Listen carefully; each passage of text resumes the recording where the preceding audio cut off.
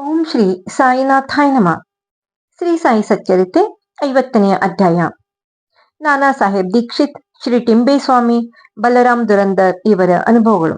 ನಮಸ್ಕಾರ, ನಾನು ಡಾಕ್ಟರ್ ವಿಜಯ. ಶ್ರೀ ಸಾಯಿ ಸಚ್ಚರಿತೆ ಚಾನೆಲ್ಗೆ ನಿಮ್ಗೆ ಸ್ವಾಗತ, ಸುಸ್ವಾಗತ. ಶ್ರೀ ಸಾಯಿ ಸಚ್ಚರಿತೆಯ 50ನೇ ಅಧ್ಯಾಯವನ್ನು ಪ್ರಾರಂಭಿಸೋಣ. ದಾಬೋಲ್ಕರ್ ವಿರಚಿತ ಮೂಲ ಸಚ್ಚರಿತೆಯ 50ನೇ ಅಧ್ಯಾಯವು 39ನೇ ಅಧ್ಯಾಯದ ವಿಷಯವನ್ನೇ ಕುರಿತು ಪ್ರಸ್ತಾಪಿಸುವುದರಿಂದ ಅದನ್ನು ಅದರೊಡನೆ ಸೇರಿಸಿ ಅದರ 51ನೇ ಅಧ್ಯಾಯವನ್ನು ಇದರಲ್ಲಿ 50ನೇ ಅಧ್ಯಾಯವನ್ನಾಗಿ ತೆಗೆದುಕೊಂಡಿದೆ. ಶ್ರೀಕೃಷ್ಣನಂತೆ ಗೀತಾಮೃತವನ್ನು ಬೋಧಿಸುತ್ತಾ ಭಕ್ತರ ಪಾಲಕನಾಗಿ ಅವರಿಗೆ ಸರ್ವಶಕ್ತಿಯನ್ನು ದಯಪಾಲಿಸುವ ಕರುಣಾಮಯಿ ಸಾಯಿ, ನಿನಗೆ ಜಯತು. ಓ ಸಾಯಿ, ಕೃಪಾ ದೃಷ್ಟಿಯಿಂದ ನೀನು ನಮ್ಮೆಡೆಗೆ ನೋಡಿ ನಮಗೆ ಆಶೀರ್ವದಿಸು.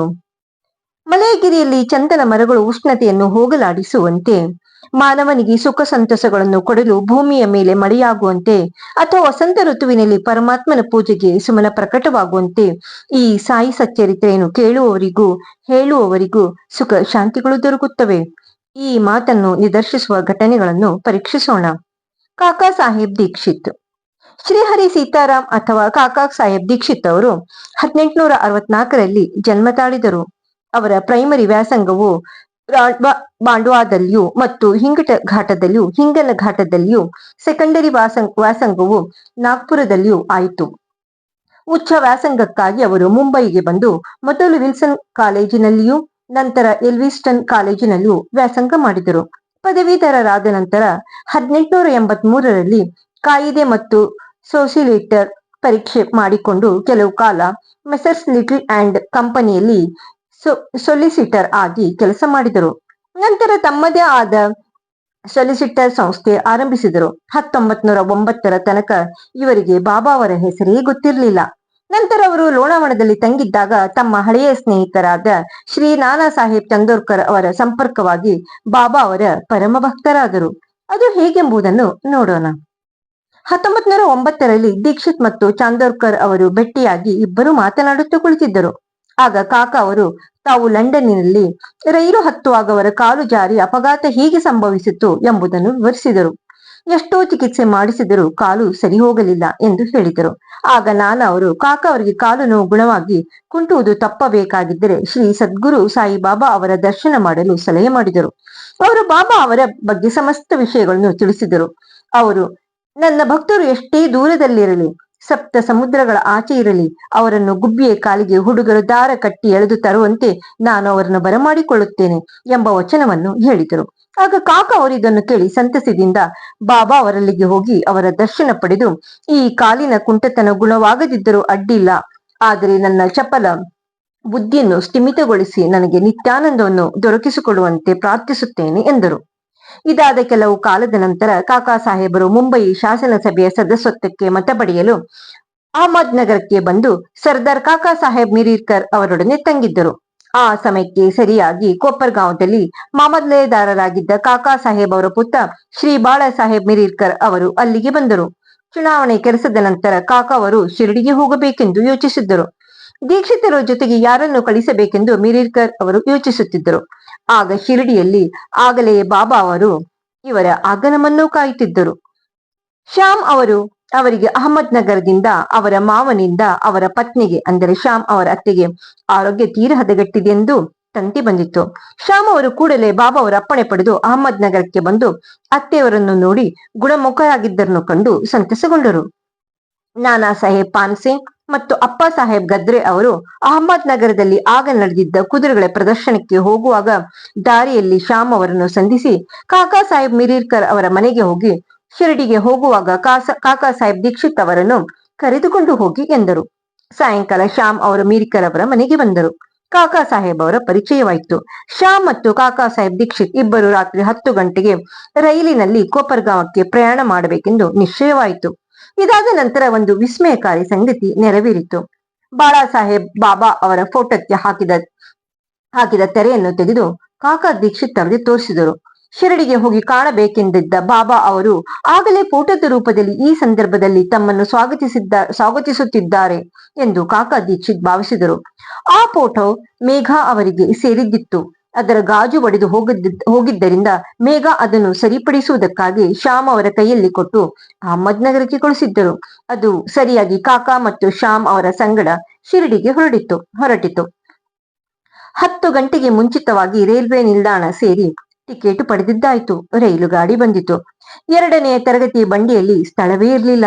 ಅದೃಷ್ಟವಾದ ಆ ರೈಲುಗಾಡಿನ ಗಾರ್ಡ್ ಕಾಕಾ ಸಾಹೇಬ್ಗೆ ಪರಿಚಿತನಾಗಿದ್ದರಿಂದ ಅವರು 1ನೇ ತರಗತಿಯಲ್ಲಿ ಅವರಿಗೆ ಸ್ಥಳ ದೊರಕಿಸಿಕೊಟ್ಟರು. ಹೀಗೆ ಪ್ರಯಾಣ ಮಾಡಿ ಇಬ್ಬರು ಕೋಪರ್ಗಾಂವ್ನಲ್ಲಿ ಇಳಿದರು. ಅಲ್ಲಿ ಶಿರಡಿಗೆ ಹೊರಡಲು ಅನುವಾಗಿದ್ದ ನಾನಾ ಸಾಹೇಬರನ್ನು ಕಾಕಾ ಸಾಹೇಬ್ ಅಕಸ್ಮಾತ್ ಸಂಧಿಸಿದರು. ಆಗವರ ಆನಂದಕ್ಕೆ ಪಾರವೇ ಇರಲಿಲ್ಲ. ಕಾಕಾ ಮತ್ತು ನಾನಾ ಪರಸ್ಪರ ಆಲಂಗಿಸಿ ಪವಿತ್ರವಾದ ಗೋದಾವರಿ ತೀರ್ಥದಲ್ಲಿ ಮಿಂದು ಶಿರಡಿಗೆ ಹೊರಟರು. ಅಲ್ಲಿಗೆ ಬಂದ ನಂತರ ಬಾಬಾ ಅವರ ದರ್ಶನ ಪಡೆದರು. ಆ ಕ್ಷಣದಲ್ಲಿ ಅವರ ಮನಸ್ಸು ಕರಗಿ ನೇತ್ರಗಳಲ್ಲಿ ಆನಂದ ಬಾಷ್ಪ ಹೊಕ್ಕಿತು. ಆಗ ಬಾಬಾ ಅವರನ್ನು ಕುರಿತು, ನಿಮ್ಮನ್ನೇ ಎದುರು ನೋಡುತ್ತಿದ್ದೆ, ಅದುದರಿಂದಲೇ ಶ್ಯಾಮನ್ನು ಕಳಿಸಿದ್ದೆ ಎಂದರು. ಅನಂತರ ಕಾಕಾ ಅವರು ಅನೇಕ ವರ್ಷಗಳ ಕಾಲ ಬಾಬಾ ಅವರೊಡನೆ ಇದ್ದರು. ಅವರು ಶಿರಡಿಯಲ್ಲಿ ಒಂದು ವಾಡ ಕಟ್ಟಿಸಿ ಹೆಚ್ಚು ಕಡಿಮೆ ಶಿರಡಿಯಲ್ಲಿ ವಾಸ ಮಾಡತೊಡಗಿದರು. ಬಾಬಾ ಅವರಿಂದ ಅವರ ಪಡೆದ ಅನುಭವಗಳು ಸಾವಿರಾರು. ಆದ್ದರಿಂದ ಅವುಗಳೆಲ್ಲವನ್ನು ಇಲ್ಲಿ ವಿವರಿಸಲು ಅಸಾಧ್ಯ. ಅದುದರಿಂದ ವಾಚಕರು ಸಾಯಿ ಲೀಲಾ ಪತ್ರಿಕೆಯ 12ನೇ ಸಂಪುಟದ 6ರಿಂದ 9ನೆಯ ಸಂಚಿಕೆಗಳನ್ನು ಓದಬಹುದು. ಕೊನೆಯಲ್ಲಿ ನಿನ್ನನ್ನು ವಿಮಾನದಲ್ಲಿ, ಅಂದರೆ ನಿರಾಯಾಸವಾದ ಮರಣ ಕರೆದುಕೊಂಡು ಹೋಗುತ್ತೇನೆ, ಅಂದರೆ ಕೊನೆಯಲ್ಲಿ ನಿನ್ನನ್ನು ವಿಮಾನದಲ್ಲಿ ಕರೆದುಕೊಂಡು ಹೋಗುತ್ತೇನೆ ಎಂದು ಬಾಬಾ ಸಾಹೇಬ್ ದೀಕ್ಷಿತರ್ಗೆ ಹೇಳಿದ್ದರು. ಇದು ನಿಜವಾಯಿತು. 1926ನೇ ಜುಲೈ 5ನೇ ತಾರೀಕು ಅವರು ಹೇಮಾಡ ಪಂತರೊಡನೆ ಬಾಬಾ ಅವರ ಬಗ್ಗೆ ಮಾತನಾಡುತ್ತಾ ರೈಲಿನಲ್ಲಿ ಪ್ರಯಾಣ ಮಾಡುತ್ತಿದ್ದರು. ಆಗ ಒಮ್ಮೆಲೆ ಅವರು ಬಾಬಾ ಅವರಲ್ಲಿ ಶೀಘ್ರವಾಗಿ ಧ್ಯಾನಾಸಕ್ತರಾದಂತೆ ತೋರಿತು. ಕೂಡಲೇ ಅವರು ನಿರಾಯಾಸವಾಗಿ ತಮ್ಮ ತಲೆಯನ್ನು ಹೇಮಾಡ ಪಂತರ ಭುಜದ ಮೇಲೆ ಇಟ್ಟೇ ಇಹಲೋಕವನ್ನು ತ್ಯಜಿಸಿದರು. ಟಿಂಬೆ ಸ್ವಾಮಿ.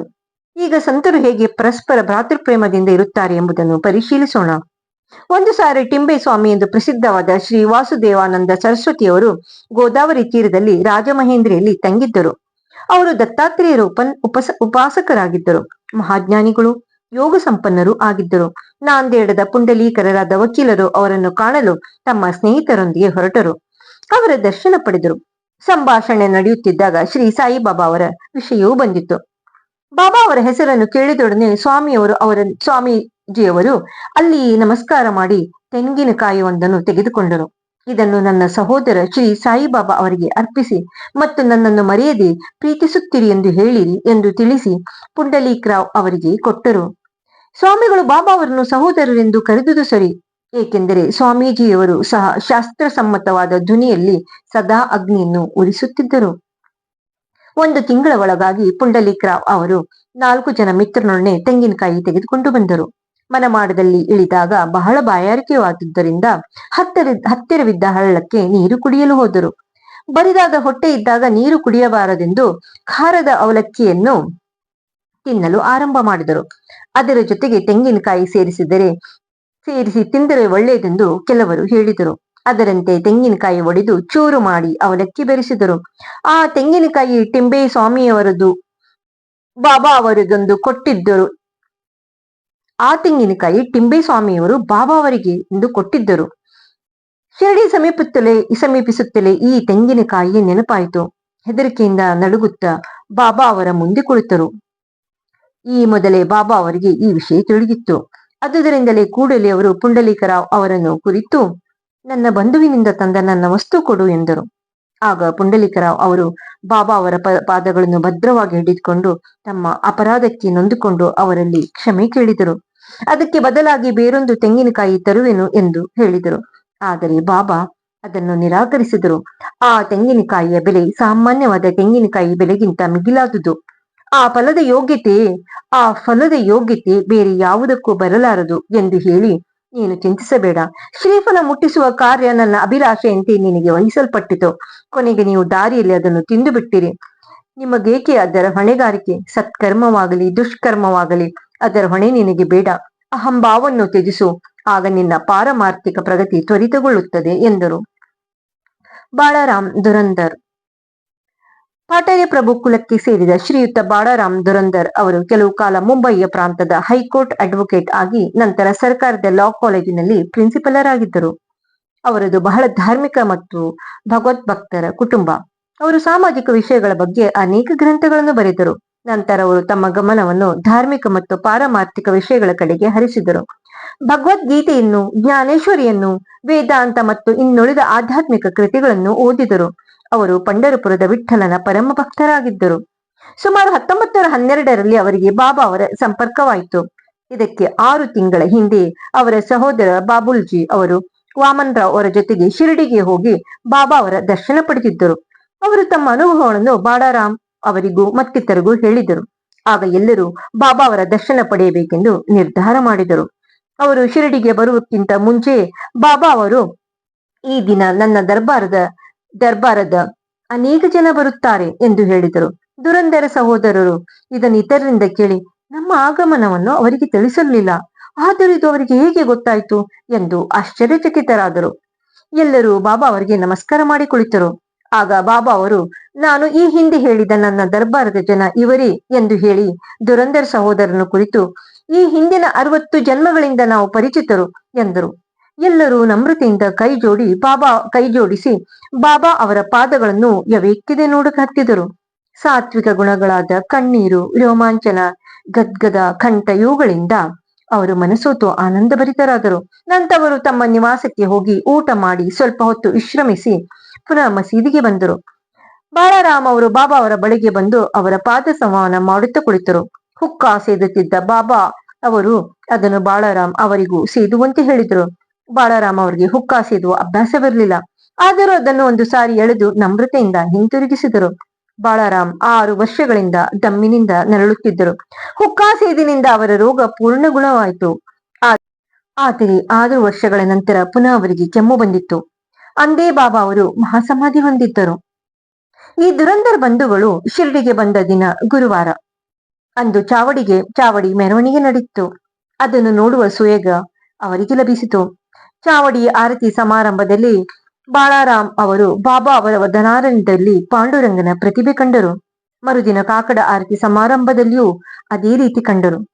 ಬಾಳಾರಾಮ್ ದುರಂದರ್ ಅವರು ಮಹಾರಾಷ್ಟ್ರದ ಪ್ರಸಿದ್ಧ ಸಂತರಾದ ಶ್ರೀ ತುಕಾರಾಮ್ ಅವರ ಜೀವನ ಚರಿತ್ರೆಯನ್ನು ಮರಾಠಿಯಲ್ಲಿ ಬರೆದಿರುತ್ತಾರೆ. ಆದರೆ ಅವರು ಅದರ ಪ್ರಕಟಣೆಯನ್ನು ನೋಡಲು ಜೀವಿಸಿರಲಿಲ್ಲ. ಅನಂತರ 1928ರಲ್ಲಿ ಅವರ ಸಹೋದರರು ಅದನ್ನು ಪ್ರಕಟಿಸಿದರು. ಇದರಲ್ಲಿ ಬಾಳಾರಾಮ್ ದುರಂದರ್ ತಮ್ಮ ಅನುಭವವನ್ನು ಉಲ್ಲೇಖಿಸಿದ್ದಾರೆ. ಶ್ರೀ ಸಾಯಿರಾಮ್. ಓಂ ಶ್ರೀ ಸಾಯಿನಾಥ ನಮ.